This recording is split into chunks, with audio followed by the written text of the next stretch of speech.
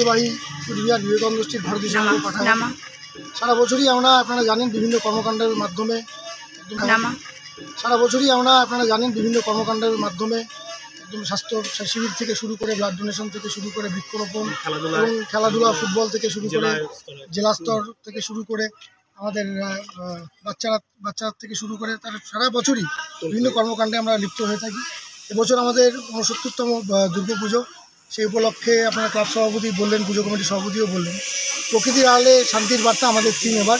এবার আমাদের বিগ বাজারের পুজো এবং আমরা কোচবিহার জেলাবাসীকে আমরা আমন্ত্রণ করছি যাতে আমাদের পুজো মণ্ডপে আসেন এবং আমরা নবমীর দিন এলাকার সমস্ত মানুষকে নিয়ে আমরা গেট টুগেদার করি। বৃক্ষরোপণ থেকে শুরু করে বস্ত্র বিতরণ আমরা চেষ্টা করছি যে সাধারণ মানুষের পাশে থেকে কীভাবে আমাদের ক্লাব যেভাবে সারা বছর থাকে ঠিক পুজোর উৎসবের দিনগুলিতেও আমরা যাতে বিভিন্ন সম্প্রদায়ের মানুষ, বিভিন্ন ভাষাভাষীর মানুষ সকলে একসঙ্গে মিলেমিশে আমরা যাতে এই উৎসব মুখর পরিবেশ পুজো যাতে একসাথে মেতে উঠতে পারি তারই চেষ্টা করছি। পুজো অনুষ্ঠিত হলো শান্তি প্রসাদ। এবার ৬৯তম দুর্গা উৎসবের আয়োজন করা হয়েছে। এবার আমাদের থিম থাকছে প্রকৃতির অন্তরালে শান্তির বার্তা। কতদিন মানে কবে দর্শনার্থীদের জন্য খুলে দেওয়া হবে আপনাদের? 24 তারিখে 14ই অক্টোবর আচ্ছা চতুর্থীর দিনই আমরা উদ্বোধন করে দিব।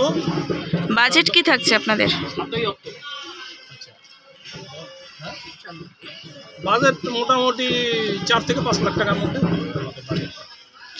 পুজোর পাশাপাশি আরও কোনো কর্মসূচি রেখেছেন? হ্যাঁ, পুজোর পাশাপাশি পুজোতে যেরকম আমরা বৃক্ষরোপণ করব, তারপরে মানে দরিদ্রদের বস্ত্র বিতরণ করব এবং নবমীর দিন এবং দরিদ্র লোক প্লাস আমাদের পাড়ার যত লোক আছে তাদের মানে মধ্যাহ্ন ভোজ আমাদের এই ক্লাবের তরফ থেকেই প্রতি বছর আমরা করি। পূজার পরে আমরা একটা মেডিকেল মেলা করব, সেটা ডেটটা বলতে পারছি না, ডেটটা ফিক্সড হলে পরে ডেটটা বলে দেবো, কিন্তু আমরা করব।